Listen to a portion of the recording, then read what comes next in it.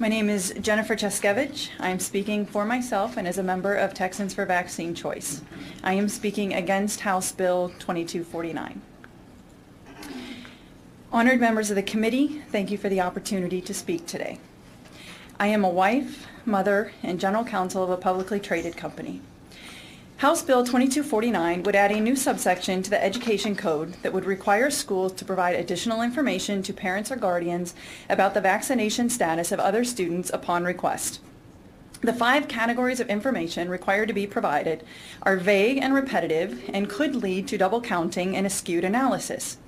At best, the information would be confusing, and at worst, it would be misleading, and therefore not a good basis for decision making. In addition, the chosen categories themselves provide insight into the underlying rationale for the bill. The 5 categories listed in the bill are: first, de-identified immunization exemption information; second, the number of students provisionally enrolled pending documentation of immunization; third, the number of students claiming an exemption for reasons of conscience; fourth, the number of students claiming an exemption for a medical reason; and fifth, the number of students whose vaccinations are not current.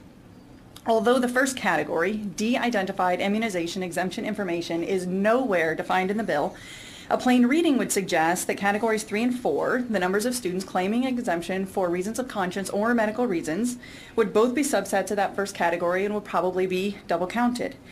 In addition, the inclusion of de-identified immunization exemption information as a separate category from the number of students claiming exemptions suggests that it includes something more than just a number.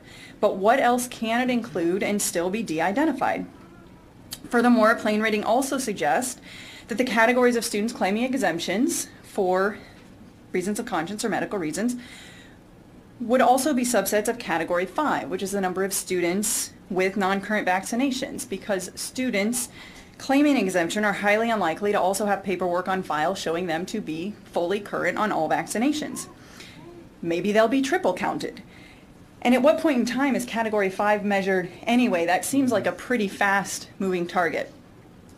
In addition to the categories of information being vague and repetitive, they also provide insight into the underlying rationale for the bill. The number of students claiming an exemption for reasons of conscience is separated into a different category than the number of students claiming an exemption for a medical reason. If the primary purpose of this bill were to provide parents with exemption information so they could make decisions for their children in light of that information, then the basis for another student's exemption is completely irrelevant. Said another way, if parents believe that non- or under-vaccinated children are a threat, then that perceived threat exists regardless of whether another student has a medical exemption or a conscientious exemption.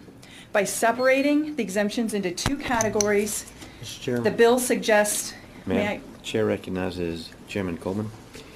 Well, I guess the question, the challenge is here, it ends up being the conscientious objection, or people who don't get vaccines, that cluster, not the medical exemption.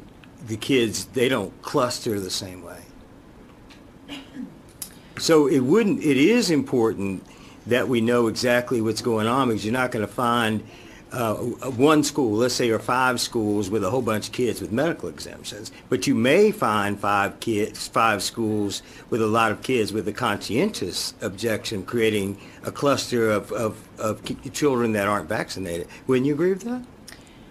So, I mean, I'm just saying I would not expect the number of children who are immunocompromised to be spread out in a mathematically equal fractions. So I think there could absolutely be a cluster somewhere. I don't think you would always see clusters of medically fragile children, but I think that a cluster could absolutely exist. Let's do this. Let's do a hypothetical. So I'm an Episcopalian, right? So I went to Catholic schools. I'm all confused. And so, but it was, say, on a religious exemption, that everyone who was an Episcopalian Catholic, that part of their deal was, we don't get vaccinated. But they all go to the parochial school down the street and nobody's vaccinated. But then somebody else comes in and says, I want to go to, Episcopal Catholic school, And so that in that circumstance, you get a natural cluster except for anybody else who comes in. So it wouldn't matter whether it was a medical exemption or not. It's all based on some other factor. I think under your hypothetical, if it's it's a parochial school where, and in your hypothetical, it's well known that that's a population that doesn't vaccinate. I think parents have the information they need already just by virtue of what that group believes So without making it publicly available on the Texas So website. what's being left out is the fact most of us know by certain information who doesn't vaccinate. So if everybody's in a neighborhood and they live there and they're going to the local public school and they are vocal about their philosophy, they're going to know that those are folks who don't vaccinate. It's not. You get a cluster based on people coming together. There are some people who are very vocal about not vaccinating, and there are a lot of other families who are very hesitant to discuss it because Right. So of how it is generally treated in the media. And yeah, all I'm saying is that if we do the numbers, it's not as if no one could find out or presume. I could just go through all the, no disrespect to the people here, I could just go through the homeschooling list. Look at some of those things. I mean, I've been doing this a long time. I didn't even know Prove was gone, Don. So I want to make sure we're going to talk about statistics and do these different types of things that it doesn't matter whether somebody has a medical exemption if the primary exemption in the area is a conscientious exemption for that school. My point is that what we've been hearing about today is this is about immunocompromised kids. They're worried about people who aren't vaccinating. Why does the bill draw a distinction and say these are the number of children with medical exemptions and these are the number of children with waivers Because for the conscientious reasons? The bill is designed to draw attention to that distinction so that we Then can add continue the talking medical about it. people, and still, when you get to a certain number, the risk is higher. So this is about the risk to that child.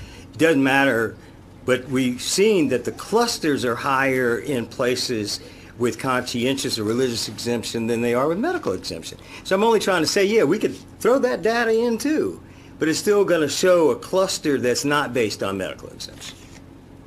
Perhaps. I don't have that. No, I don't have that information. Well, I know you don't. They taught me math. Thank you. Thanks for being here. Thank you. Anything? Thank you for your testimony.